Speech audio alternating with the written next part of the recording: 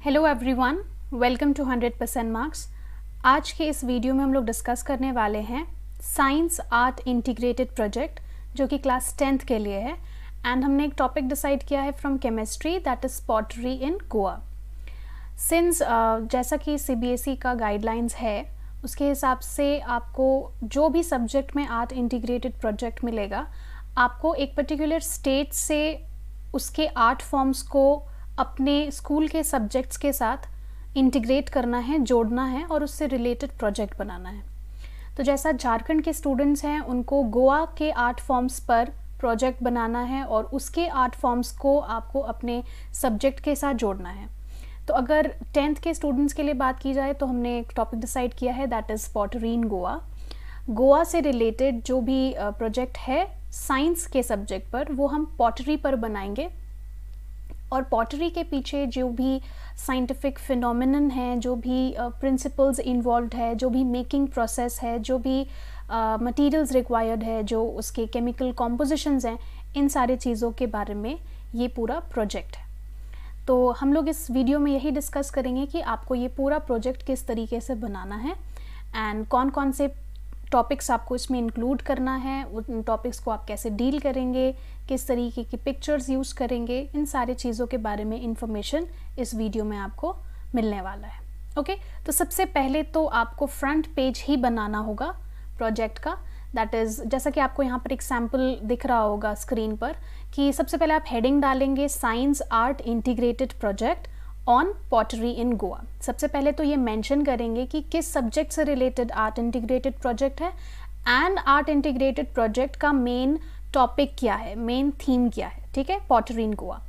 उसके बाद लास्ट में यहाँ पर जैसा कि आप देख सकते हैं कि यहाँ पर आपको मेंशन करना है अपना नाम, class, section, roll number, school, जो भी है अपनी डिटेल्स आप यहाँ पर मेंशन करेंगे। ओके, इसके बाद आपको मेंशन करना है, चाहें तो यहाँ पर आप कोई भी पिक्चर डाल सकते हैं, कोई भी पिक्चर जो कि पॉटरी से रिलेटेड हो, वो सारी चीज़ें आप यहाँ पर डाल सकते हैं if you want. Okay, that is totally your choice. अगर आप ऑप्शनल रखना चाहते हैं, उसको नहीं यूज़ करना चाहते हैं कोई भी पिक्चर, तो कोई दिक्कत नहीं है।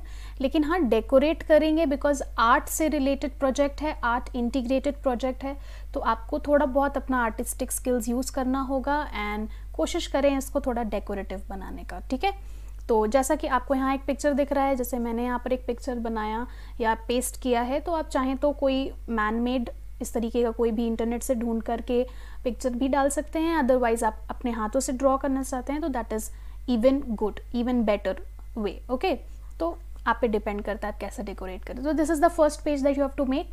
इसके बाद जो नेक्स्ट पेज है, let's move to the next page now.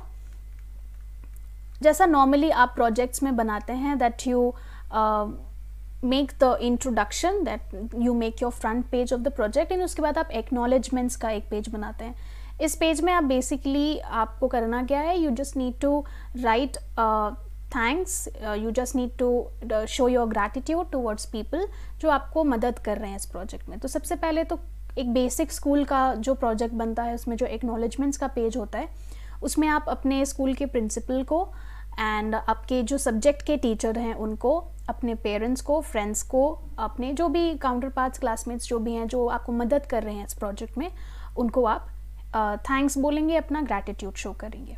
तो यहाँ पर मैंने एक सैम्पल बनाया है, आप चाहें तो यहाँ से भी मदद ले सकते हैं या फिर आप खुद से भी लिख सकते हैं, कोई दिक्कत नहीं है। इस पेज को भी चाहें तो आप अपने हिसाब से डेकोरेट करिएगा बिकॉज आर्ट इंटीग्रेटेड प्रोजेक्ट है।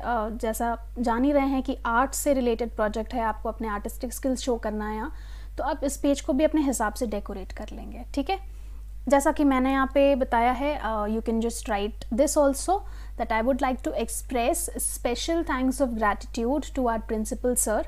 देन ब्रैकेट में नाम लिखने की ज़रूरत नहीं है, जैसा मैंने यहाँ पे ब्रैकेट में लिखा है नेम ऑफ द प्रिंसिपल, वहाँ पे आप कॉमा दे के भी लिख सकते हैं, whatever name of your principal. Then our teacher, जो भी आपके सब्जेक्ट टीचर हैं उन टीचर का नाम भी लिखेंगे यहाँ पर, who helped me, who gave me the golden opportunity to make this wonderful art integrated project on the topic pottery in Goa. The research that I did in making the project has enlightened me with the fact that how art forms of Goa are interrelated to science. Besides, I would also like to thank my parents and friends who helped me in completing the project within a limited time frame. Okay, तो ये एक छोटा सा 1 paragraph का acknowledgements आप लिख सकते हैं. आप चाहें तो उसको लेंदी बना दें या इसको शॉर्टन भी कर सकते हैं, डिपेंडिंग ऑन जैसा भी आप लिखना चाहें. ठीक है, एक छोटा सा एक्नॉलेजमेंट्स का पेज रखिएगा प्रोजेक्ट में. इसके बाद लास्ट में आप अब थैंकिंग यू, योर नेम, जो भी स्टूडेंट का नाम है, स्टूडेंट वहाँ पर अपना नाम लिखेंगे and class and section mention करेंगे एक्नॉलेजमेंट्स के पेज में. ठीक है, ये आपका सेकेंड पेज हो गया प्रोजेक्ट का. इसके बाद आपको थर्ड पेज पर आना है. थर्ड पेज पर आप कंटेंट्स लिखेंगे. मैंने यहाँ पे एक एम्प्टी टेबल बनाया है, आप चाहें तो उसको फिल कर लीजिएगा. फिल आपको करना ही है, यहाँ एक सैम्पल प्रोजेक्ट में दिखा रहे हैं इसलिए यहाँ पर मैंने फिल नहीं किया है कंटेंट्स पेज को. ठीक है, तो अगर कंटेंट्स पेज फिल करना है तो हम कैसे फिल करते हैं? You basically make a table like this, serial number, topic, page number, remarks. Contents page को आप इंडेक्स भी कह सकते हैं. ओके, यहाँ पर हम मेंशन करते हैं कि आगे प्रोजेक्ट में कौन कौन से टॉपिक्स आपने डील किया है, कौन कौन से पेज नंबर पर वो टॉपिक मिलेगा, वो सारी डिटेल्स आप इस पेज पर मेंशन करते हैं. ठीक है, तो सबसे पहले अगर नेक्स्ट पेज अगर हम देखते हैं तो next page is importance of pottery in Goa. तो आप यहाँ पर फर्स्ट जो टॉपिक लिखेंगे, अगर आपको कंटेंट्स पेज फिल करना है तो you will start with serial number 1. That is, topic is importance of pottery in Goa. ठीक है, and this is in page number 1. Remarks वाला कॉलम आपको एम्प्टी रखना है, you don't have to fill that. तो इस तरीके से बाकी के जो भी टॉपिक हैं वो आप उसमें एक एक करके फिल करते जाएंगे. पेज नंबर 1 पे कौन सा टॉपिक है, 2 में कौन सा टॉपिक है, उस तरीके से एंड सो ऑन. जितने भी रिमेनिंग पेजेस है सबके लिए आपको यहाँ पर एक के बाद एक आपको टॉपिक मेंशन करते जाना है along with the page number. ठीक है, इसलिए मैंने ये पूरा नहीं फिल किया है क्योंकि ये आप पर डिपेंड करेगा कि आप कौन सा टॉपिक पहले लिख रहे हैं, कौन सा टॉपिक बाद में लिख रहे हैं. ये टोटली आप पर डिपेंड करता है, तो इसीलिए आप अपने हिसाब से इस टेबल को फिल कर लीजिएगा. ठीक है, लेकिन कंटेंट्स पेज रखना इंपॉर्टेंट होता है हर एक प्रोजेक्ट में. इसके बाद कंटेंट्स पेज को भी आप चाहें तो डेकोरेट करिए अपने हिसाब से. Okay, because pottery related project है तो आप वहाँ पर डिफरेंट तरीके का पॉटरी शो कर सकते हैं. डिफरेंट तरीके के जो टेराकोटा होता है, पॉट्स होता है, क्ले पॉट्स होता है, उनका पिक्चर ड्रॉ कर सकते हैं. तो ये पूरी तरीके से आप पे डिपेंड कर रहा है कि आप किस लेवल पे इस पे मेहनत करेंगे, ये आप पे डिपेंड करता है. ठीक है, बिकॉज प्रोजेक्ट्स तो आप पे है कि आप उसको शॉर्टकट वे में भी बना सकते हैं without much of artistic work, but कोशिश करेंगे तो वो और भी ज़्यादा अच्छा होगा अगर आप ज़्यादा मेहनत करते हैं उस पर. तो ये आप पे है कि आप कितना टाइम दे रहे हैं प्रोजेक्ट पे. ठीक है, तो after the contents page will move to the next page. Now next page आपको इंट्रोडक्शन देना है या बेसिकली इम्पोर्टेंस बताना है कि पॉटरी का इम्पोर्टेंस गोवा में कितना है और कब से पॉटरी चल रही है, उसके बारे में आप शॉर्ट इन्फॉर्मेशन, ब्रीफ, एक नॉलेज आप लिख सकते हैं इस पेज पर. तो मैंने यहाँ पर एक सैम्पल प्रोजेक्ट बनाया है तो बहुत ही छोटा सा इन्फॉर्मेशन डाला है. आप पे डिपेंड करता है, if you want to increase this information आप अपने हिसाब से इसको इंक्रीज डिक्रीज कर सकते हैं. ठीक है, तो importance of pottery in Goa. सबसे पहले तो पॉटरी एक बहुत ही ओल्डेस्ट क्राफ्ट है जो गोवा में प्रैक्टिस हो रहा है बहुत सालों से.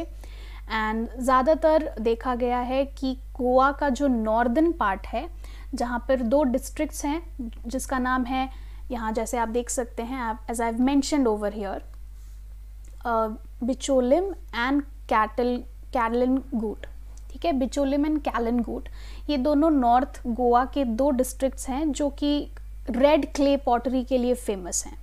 यहाँ पर रेड क्ले से रिलेटेड पॉटरी होती है. रेड क्ले का पॉटरी यहाँ बहुत ज़्यादा बनाया जाता है and traditionally it is done by the कुम्हार कम्युनिटी. कुम्हार कम्युनिटी जो गोवा में बहुत सालों से सेटल्ड हैं, ये कम्युनिटी ही सबसे ज़्यादा रेड क्ले पॉटरी यहाँ पर बनाते हैं और ये इन दोनों डिस्ट्रिक्ट्स में ज़्यादातर सेटल्ड है. तो ये तो इसके ट्रेडिशनल एस्पेक्ट के बारे में आपने थोड़ा बहुत लिखा. इसके बाद आपको मेंशन करना है कि किस तरीके के पॉटरी आइटम्स वहाँ मिलते हैं गोवा में. बेसिकली कौन कौन से पॉटरी आइटम्स आपको मिलेंगे. If you ever visit Goa, what kind of pottery items can you get over there. तो यहाँ पर थोड़ा बहुत आप मेंशन कर दीजिएगा, जैसे कि फ्लावर पॉट्स होता है, bowls with floral designs, then different god and goddesses का आपको स्टैच्यूज़ मिल जाएगा जो कि मिट्टी का बना हुआ होता है, एश ट्रेस, पेन होल्डर्स, जो कि ऐसे आइटम्स हैं जिसका आप डेकोरेटिव पर्पस के तौर पर भी यूज़ करते हैं एंड उसका इस्तेमाल भी है, यूटिलिटी भी है आपके डे टू डे लाइफ में। तो दोनों ही पर्पस फुलफिल हो जाता है, that it is a utility substance also as well as decorative item also. Okay, तो बेसिकली फर्स्ट जो आपका इंट्रोडक्शन पेज होगा प्रोजेक्ट का, वो इम्पोर्टेंस के बारे में होना चाहिए कि पॉटरी का कितना इम्पोर्टेंस है, कितना महत्व है गोवा में। ओके, और कौन कौन से एरियाज़ हैं जहाँ पर गोवा में पॉटरी सबसे ज़्यादा प्रैक्टिस होता है, उसके बारे में भी आप इस इंट्रोडक्टरी पार्ट में आप मेंशन कर सकते हैं। ठीक है, इससे रिलेटेड आप पिक्चर्स भी डाल सकते हैं यहाँ पर। If you get pictures of the कुम्हार कम्युनिटी सेटल्ड इन गोवा, अगर आप ढूंढते हैं इंटरनेट पे, तो may be if you get that, आप यहाँ पर उस चीज़ को डाल सकते हैं, मेंशन कर सकते हैं, पेस्ट कर सकते हैं। ठीक है, नेक्स्ट पेज पे हम लोग अब मूव करते हैं। नेक्स्ट पेज है हमारा materials required for pottery and their chemical composition. तो इस पेज में हम लोग बात करने वाले हैं कि पॉटरी के लिए कौन कौन सा बेसिक रॉ मटेरियल चाहिए होता है, और उसको हम लोग एक साइंटिफिक एंगल से देख रहे हैं। We are not just seeing the materials required, हम सिर्फ मटेरियल्स क्या क्या चाहिए वो नहीं देख रहे हैं, साथ में उसको एक साइंटिफिक एंगल से भी आपको स्टडी करना है, उसके केमिकल कॉम्पोजिशन के बारे में भी जानना है। इसीलिए आपका ये साइंस आर्ट इंटीग्रेटेड प्रोजेक्ट है। सिर्फ आर्ट इंटीग्रेटेड होता, सिर्फ गोवा के आर्ट्स के बारे में अगर हम देखते, आर्ट फॉर्म्स के बारे में देखते, सिर्फ पॉटरी के बारे में डिस्कस करते, तो that would have been only listing the materials required. लेकिन उसके केमिकल कॉम्पोजिशन के बारे में हम इसलिए लिख रहे हैं क्योंकि ये साइंस से रिलेटेड है, और साइंस में केमिस्ट्री आता ही है, तो केमिस्ट्री रिलेटेड प्रोजेक्ट हो गया या साइंस रिलेटेड प्रोजेक्ट हो गया, इसलिए हम मटेरियल्स को उसके एक केमिकल कॉम्पोजिशन के एंगल से भी स्टडी करना चाहते हैं। इसलिए इस पेज पे आपको उसके केमिकल कॉम्पोजिशन के बारे में लिखना है। तो सबसे पहले पॉटरी में दो चीज़ों का सबसे ज़्यादा इस्तेमाल है, क्ले एंड सेरेमिक्स। क्ले जो है वो कोई भी पॉटरी आइटम को एक बॉडी प्रोवाइड करता है, वो एक तरीके से उसका स्केलेटन बनाता है, एंड बाकी का जो उसमें जो भी डेकोरेशन है, जो भी ग्लेज है, जो भी उसमें चमक है, वो सब कुछ सेरेमिक्स के वजह से आता है। तो अलग अलग तरीके के आपको पॉटरी आइटम्स मिलेंगे गोवा में, जो कि ग्लेज वाले भी होते हैं और कुछ अनग्लेज्ड भी होते हैं। मतलब ऐसा जो इसमें पेंट डेकोरेशन वाला भी आपको पॉटरी आइटम मिलता है, और ऐसा भी पॉटरी आइटम मिलता है जो सिर्फ मिट्टी का बना हुआ होता है, क्ले का बना हुआ होता है, लेकिन उसमें कोई डेकोरेशन नहीं होता है या कोई पेंट लगा हुआ नहीं होता है, कोई ग्लेज नहीं होता है, कोई चमक नहीं होता है। ठीक है, तो दोनों तरीके के पॉटरी आपको वहाँ पर मिलता है, दोनों तरीके का क्ले पॉट्स आपको वहाँ पर मिल जाएगा। तो इसीलिए ये दोनों ही चीज़ें यूज़ होती हैं, क्ले भी एंड सेरेमिक्स भी, इसलिए ये दोनों आपके मेन बेसिक रॉ मटेरियल्स हैं पॉटरी के लिए। ठीक है, तो सबसे पहले क्ले कैसा दिखता है गोवा में, या किस तरीके का क्ले वहाँ इस्तेमाल किया जाता है और उसका वैसा अपीयरेंस क्यों है, इसके बारे में हम लोग सबसे पहले फर्स्ट पैराग्राफ में मेंशन कर रहे हैं। So that is we are mentioning about the physical appearance of clay, कि क्ले कैसा दिखता है। क्ले के बारे में जैसा मैंने यहाँ मेंशन किया है कि फाइन ग्रेन्ड नेचुरल सॉइल होता है। Clay is nothing but soil, ठीक है, मिट्टी ही होता है, लेकिन it is very fine, course नहीं होता है। ठीक है, खुरदुरा मिट्टी नहीं होता है, बहुत फाइन और स्मूथ मिट्टी होता है। ठीक है, और उसमें अलग अलग तरीके के मिनरल्स प्रेजेंट होते हैं। ज़्यादातर जो क्ले मिनरल्स होता है वो वाइट या हल्के कलर का होता है, सफ़ेद कलर की मिट्टी होती है या लाइट कलर की मिट्टी होती है। लेकिन कुछ ऐसे भी क्ले देखे गए हैं बहुत सी जगहों पर जो कि कलर्ड होते हैं, अलग अलग कलर्स के होते हैं। तो that is because of the different kinds of chemical impurities which is present in it. ठीक है, अलग अलग तरीके का उसमें केमिकल इम्प्योरिटीज़ प्रेजेंट होने की वजह से उसका जो कलर है वो चेंज हो जाता है। जैसे नॉर्मली जो क्ले का कलर है वो वाइट है या ऑफ वाइट है या लाइट कलर्ड है, लेकिन गोवा में जो रेड क्ले के मदद से पॉटरी होती है, जो सबसे ज़्यादा फेमस तरीके का पॉटरी है वहाँ पे, जो रेड कलर के, रेडिश ब्राउन कलर के क्ले से बनाई जाती है। वो रेडिश ब्राउन कलर का टेक्सचर किसके वजह से है? Due to small amounts of iron oxide which is present in it. ठीक है, तो जो क्ले वहाँ मिलता है उसमें नेचुरली आयरन ऑक्साइड पहले से प्रेजेंट रहता है वहाँ की मिट्टी में। तो आयरन ऑक्साइड सिंस हम जानते हैं कि उसका original natural colour reddish brown है, तो उसके प्रेजेंट होने की वजह से वहाँ का जो क्ले है वो भी रेडिश ब्राउन दिखता है।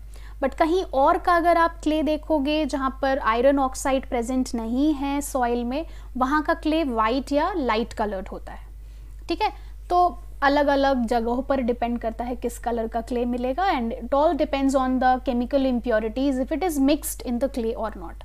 ठीक है, क्ले के अंदर केमिकल इम्प्योरिटीज़ है तो फिर उसका कलर चेंज होता है, केमिकल इम्प्योरिटीज़ नहीं है तो जो उसका ओरिजिनल वाइट लाइट कलर जो है वही दिखता है। ठीक है, लेकिन गोवा में है केमिकल इम्प्योरिटीज़ तो ज़्यादातर रेड कलर का क्ले मिलता है वहाँ। ठीक है, अब तो ये फिजिकल अपीयरेंस के बारे में हो गया। अब इसके बाद आपको डिस्कस करना है उसके केमिकल कॉम्पोजिशन के बारे में कि उसमें क्या क्या चीज़ें हैं।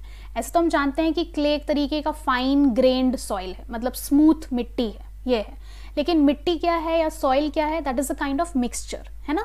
मिक्सचर के कैटेगरी में उसको रखा जाता है। तो मिक्सचर के कैटेगरी में रखा जाएगा तो मिक्सचर में भी तो बहुत से कंपोनेंट्स होते हैं जिसको मिलाकर के मिक्सचर बनता है। तो सबसे पहला जो यहाँ कंपोनेंट है दैट इज़ सिलिका। ठीक है, SiO2 सिलिका प्रेजेंट होता है। देन बहुत से मिनरल्स प्रेजेंट होते हैं जैसे क्वार्ट्ज, डिफरेंट तरीके के metal carbonates, okay, and aluminium oxide and iron oxide. Iron oxide basically Goa में, ठीक है, क्योंकि वहाँ रेड कलर का क्ले यूज होता है तो वहाँ डेफिनेटली आयरन ऑक्साइड प्रेजेंट होता है। तो ये हो गया उसका केमिकल कॉम्पोजिशन।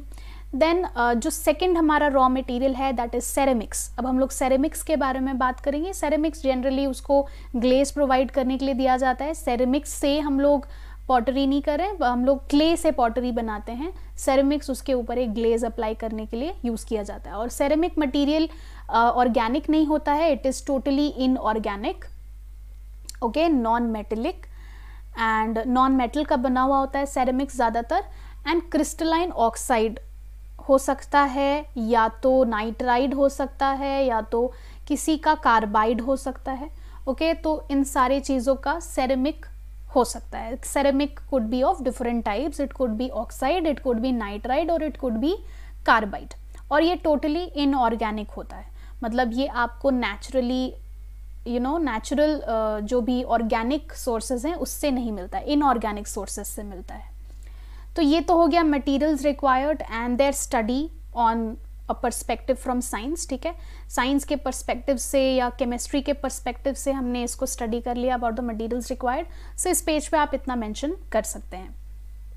इसके बाद हम लोग नेक्स्ट पेज पे बढ़ेंगे जो आपके प्रोजेक्ट का नेक्स्ट पेज होगा, and that would be your last page. क्योंकि मैंने इस प्रोजेक्ट को बहुत ही सिंपल एंड शॉर्ट रखा है ताकि आपको ज़्यादा समय ना देना पड़े प्रोजेक्ट में, क्योंकि आपको आगे बोर्ड्स का भी प्रिपरेशन करना है, आगे पढ़ाई भी करनी है, बहुत से सब्जेक्ट्स के बारे में भी स्टडी करना है। तो इसीलिए मैंने प्रोजेक्ट बहुत ही शॉर्ट एंड सिंपल रखा है। लास्ट पेज पे आपको क्या मेंशन करना है, आपको उसके साइंटिफिक प्रिंसिपल के बारे में बताना है जो पॉटरी को जिस पर पॉटरी बेस्ड है, उसके बेसिक प्रिंसिपल के बारे में एंड उसके प्रोसीजर के बारे में कि पॉटरी जब होता है या बनाया जाता है, पॉटरी प्रैक्टिस किया जाता है तो उसका पूरा होल प्रोसेस क्या है, ओके। तो सबसे पहले रीज़न क्या है कि मिट्टी जो है उसको हम सबसे पहले गीला करते हैं या उस पर वाटर या मॉइस्चर उसके कांटेक्ट में आता है and we make a paste out of it. Clay का एक पेस्ट बनाया जाता है और उस क्ले के पेस्ट को जो हमने एक पेस्ट जैसा बनाया उसको आपको गूंदना होता है। जैसे आटा गूंधा जाता है उस तरीके से क्ले को बहुत गूंधा जाता है और गूंदने के बाद आपको एक डो जैसा प्रिपेयर करके मिल जाता है। उसको पॉटर्स व्हील पर आप बहुत ज़्यादा शेप करने की कोशिश करते हैं, मोल्ड करने की कोशिश करते हैं और जो भी डिज़ायर्ड शेप चाहिए, जो पॉटर उसको बना रहा है, जो भी डिज़ायर्ड शेप उसको चाहिए वो डिज़ायर्ड शेप उसको अक्वायर हो जाता है। अक्वायर हो जाने के बाद उस क्ले पीस को जो उसने डिज़ाइन किया, उस क्ले पीस को वो बाहर ओपन एटमॉस्फेयर में सूखने के लिए छोड़ देता है, एयर ड्राई होने के लिए छोड़ देता है ताकि हवा के कांटेक्ट में आने से उसके अंदर जो भी बचा कुचा मॉइस्चर है वो अपने आप रिमूव होता जाए। ऐसा उसको तब तक करना है जब तक मैक्सिमम मॉइस्चर जो है उसमें से बाहर ना निकल जाए, ठीक है। मैक्सिमम मॉइस्चर जब बाहर निकल जाएगा अपने आप ऑटोमेटिकली हवा में सुखाने पर, तब उसको फर्नेस में आग के मदद से फायर के मदद से उसको हीट किया जाता है at a very high temperature. और आग में जब उसको हम लोग पकाते हैं, आग में जब उसको हीट करते हैं, फर्नेस में जब उसको पकाया जाता है, तब वो एक हार्ड सब्सटेंस का फॉर्म ले लेता है और एक हार्ड ब्रिटल सब्सटेंस में कन्वर्ट हो जाता है। और एक बार वो हार्ड ब्रिटल सब्सटेंस में कन्वर्ट हो गया तो आप दोबारा उसको क्ले में कन्वर्ट नहीं कर सकते हैं, मतलब उसके रॉ मटेरियल में कन्वर्ट नहीं कर सकते हैं। तो पहली चीज़ तो ये कि पॉटरी जो एक प्रोसेस है वो एक इरिवर्सिबल प्रोसेस है, क्योंकि एक बार क्ले से आपने डिज़ाइन किया हुआ एक सब्सटेंस आपने बना लिया, उसको फर्नेस में हीट कर लिया, और एक बार अगर वो हार्ड सब्सटेंस में कन्वर्ट हो गया तो दोबारा आप उसको फिर से पानी में मिक्स करके आप उसको दोबारा से क्ले में कन्वर्ट नहीं कर सकते हैं। So it is totally irreversible. Okay, so this is one thing that you can write, you can mention. मैंने यहाँ मेंशन नहीं किया है, बट ये मैंने इन्फॉर्मेशन आपको दे दिया। If you want you can mention this part over there. Okay, अब जो बात है कि मैंने आपको प्रोसेस तो समझा दिया कि ये पर्टिकुलर प्रोसेस होता है, ये प्रोसीजर है जो फॉलो करते हैं पॉटर्स ज़्यादातर जब पॉटरी वो बनाते हैं। अब रीज़न हमको जानना है, जो बेसिक प्रिंसिपल इसके पीछे है कि आप जो ये पॉटरी बनाते हैं या जो पॉटर्स ये पॉटरी बनाते हैं, ऐसा क्यों है कि क्ले जब गीला होता है या वेट होता है तभी वो फ्लेक्सिबल होता है, तभी आप उसको शेप दे सकते हो, प्रोवाइड कर सकते हो, एंड जब वो फर्नेस में हीट हो जाता है तो फिर वो हार्ड एंड ब्रिटल हो जाता है। तो उसके साइंटिफिक रीज़न के बारे में हम लोग यहाँ पर डिस्कस करेंगे, ठीक है। तो यहाँ जैसा फर्स्ट पैराग्राफ में लिखा है कि क्ले जो है वो ईजिली बेंड हो जाता है जब वो गीला होता है, और ऐसा इसलिए क्योंकि हर एक क्ले पार्टिकल के चारों ओर एक वाटर का लेयर प्रेजेंट होता है, ठीक है। हर एक क्ले पार्टिकल के चारों ओर वाटर का एक लेयर है जो उसको फ्लेक्सिबल बनाता है, जिसके वजह से वो इजीली बेंड हो जाता है। तो ये वाटर का जो लेयर है, वाटर का जो फिल्म है, वो बहुत इंपॉर्टेंट है क्ले के फ्लेक्सिबिलिटी के पीछे। ओके, अब जैसे ही आप उसको ड्राई कर देते हैं या उसके अंदर का मॉइस्चर रिमूव कर देते हैं, तो ये जो वाटर का लेयर है वो हट जाता है, रिमूव हो जाता है। तो इसीलिए क्ले का जो फ्लेक्सिबिलिटी है वो भी चला जाता है, जिसकी वजह से फाइनली वो एक हार्ड और ब्रिटल सब्सटेंस में कन्वर्ट हो जाता है। So this is the basic principle behind pottery. अब क्ले का जो केमिकल कॉम्पोजिशन है उस पर बेस्ड हम लोग यहाँ पर बात करेंगे कि किसी भी तरीके का क्ले ले लीजिए, चाहे वो रेड क्ले हो या नेचुरल वाइट क्ले हो, जो भी तरीके का क्ले है, हर एक तरीके के क्ले में दो तरीके के मिनरल्स या मिनरल का जो केमिकल कंपाउंड प्रेजेंट है, जो भी तरीके के मिनरल हैं क्ले में या जो भी उसके कंपाउंड्स हैं, वो एक दूसरे से लिंक्ड होते हैं। किसके मदद से लिंक्ड होते हैं? एक ऑक्सीजन एटम्स के मदद से वो एक दूसरे से लिंक्ड होते हैं, और जिसके वजह से वो एक शीट जैसा स्ट्रक्चर बनाते हैं, ठीक है। क्ले पार्टिकल्स के अंदर मिनरल्स प्रेजेंट होते हैं। It is a mixture of minerals, जैसे हमने बताया पहले भी हमने डिस्कस किया उसके केमिकल कॉम्पोजिशन में कि क्ले बेसिकली फाइन स्मूथ मिट्टी है, और मिट्टी जो है वो अलग अलग तरीके के चीज़ों से मिलाकर बनता है। उस मिट्टी में सिलिका है, उस मिट्टी में डिफरेंट तरीके के मिनरल्स हैं, उस मिट्टी में अलग अलग तरीके की केमिकल इम्प्योरिटीज़ हैं। तो जो मिनरल्स हैं वो एक दूसरे से ऑक्सीजन एटम्स के मदद से लिंक्ड होते हैं। जब वो एक दूसरे से जुड़ जाते हैं, लिंक्ड हो जाते हैं, तो वो एक शीट जैसा स्ट्रक्चर बना लेते हैं, एक प्लेन शीट जैसा स्ट्रक्चर बना लेते हैं क्ले के अंदर। अब जब इस क्ले को आप गूंथते हैं, पानी डालकर जब इसको एक डो में कन्वर्ट करने की कोशिश की जाती है ताकि उससे आप एक डिज़ायर्ड शेप में उसको कन्वर्ट कर सके, तो उससे पहले उसको बहुत गूंधा जाता है। जैसे कि आटा हम लोग बहुत गूंथते हैं, उसके बाद उसकी रोटियां बनती हैं। तो गूंथते टाइम हम क्या करते हैं? वी पंच दैट डो, है ना, उसको फोल्ड करते हैं, देन फिर पंच करते हैं, देन फिर फोल्ड करते हैं। तो बहुत फोर्स अप्लाई करते हैं हम वाइल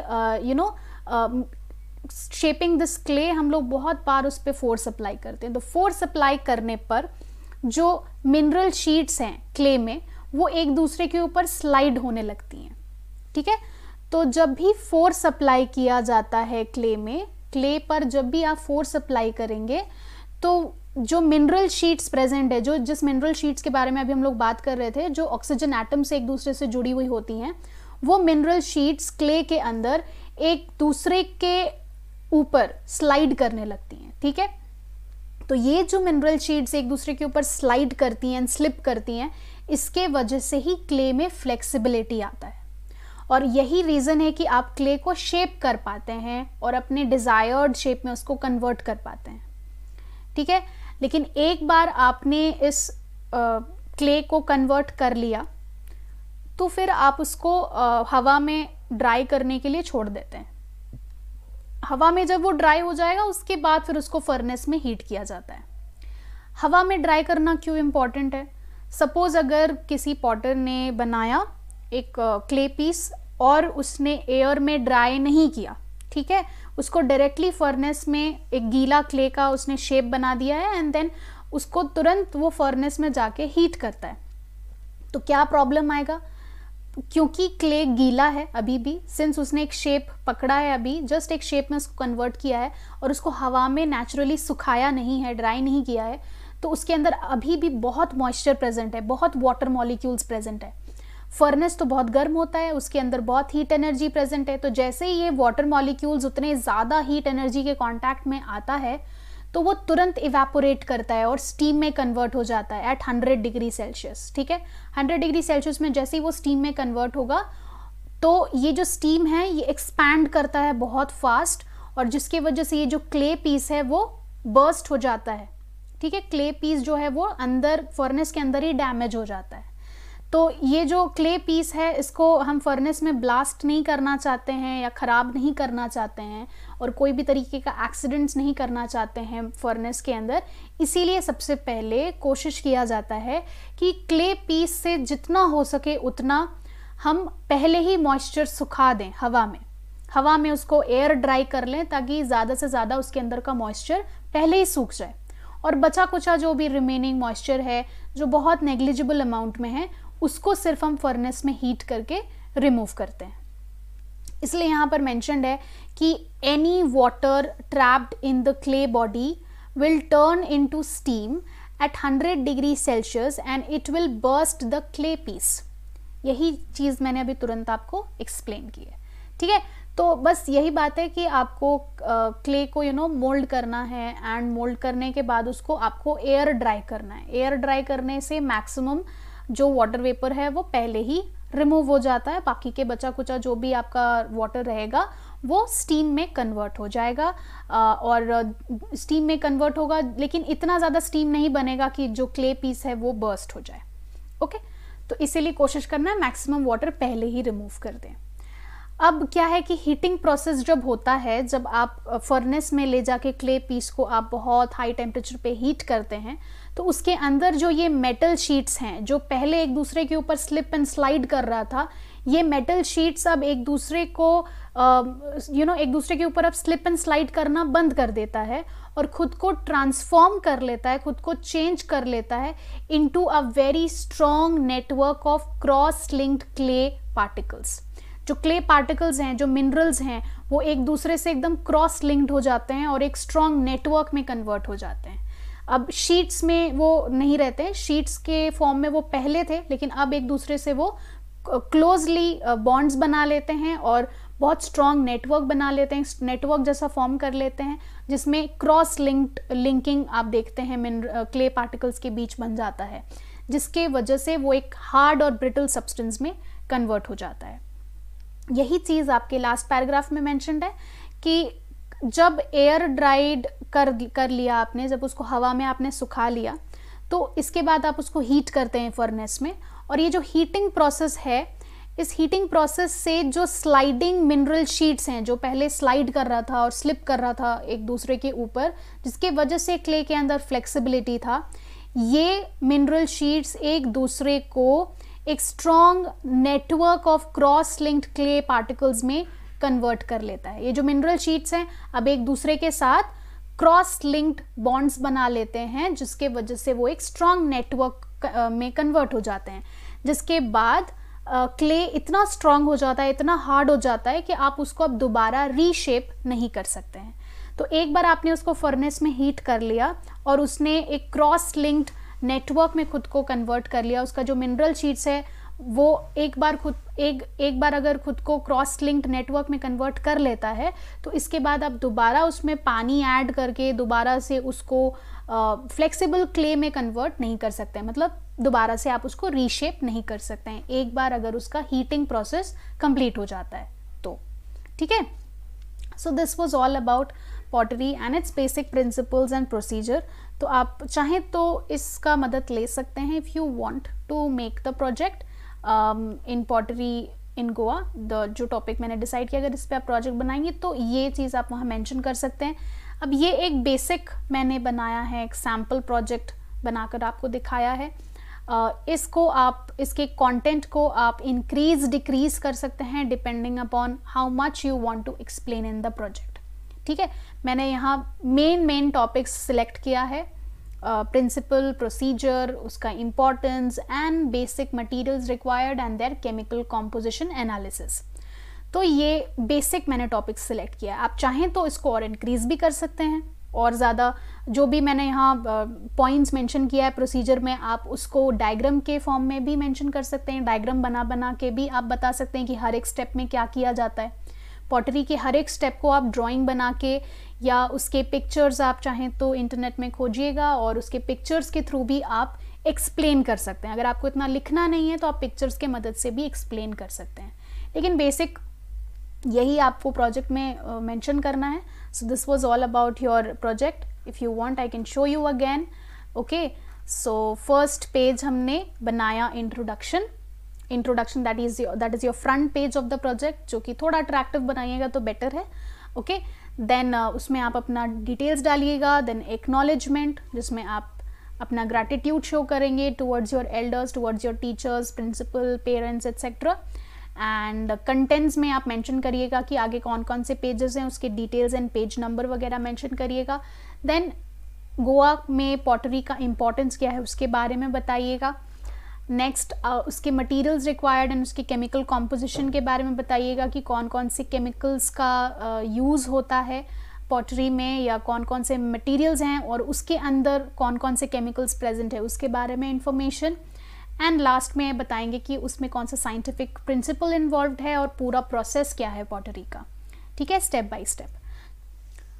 पॉटरी इन गोवा जो टॉपिक है वो क्लास 10th के स्टूडेंट्स के लिए है। तो ये जो साइंस आर्ट इंटीग्रेटेड प्रोजेक्ट होगा ये क्लास 10th के स्टूडेंट्स ही बनाएंगे। एंड आप चाहें तो प्रोजेक्ट के लास्ट में बिब्लियोग्राफी भी डाल सकते हैं। ओके, बिब्लियोग्राफी हम लोग प्रोजेक्ट के एंड में ज़्यादातर मेंशन करते हैं। बिब्लियोग्राफी में हम लोग ये बताते हैं कि हमने प्रोजेक्ट में जो भी इंफॉर्मेशन यूज़ किया है वो कौन से वेबसाइट से है, या कौन से न्यूज़पेपर आर्टिकल से है, या कौन से बुक्स का हमने यूज़ किया है। तो हम लोग बस सिर्फ अपने इंफॉर्मेशन सोर्सेस को वहाँ मेंशन करते हैं बिब्लियोग्राफी में। तो if you want you can include this page, but मेरे हिसाब से ये आपका एक ऑप्शनल स्टेप है। If you want you can, अगर टाइम है तो आप बिब्लियोग्राफी मेंशन करिएगा। अगर टाइम कम है और आप ज़्यादा टाइम नहीं प्रोजेक्ट को देना चाहते हैं तो आप इसको ऑप्शनल रख सकते हैं, ओमिट भी कर सकते हैं। ठीक है, तो bibliography if you want you can put, otherwise you can leave. Okay, so I hope आपको प्रोजेक्ट समझ में आ गया होगा किस तरीके से प्रिपेयर करना है।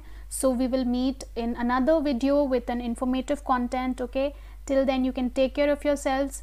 Thank you everyone for watching.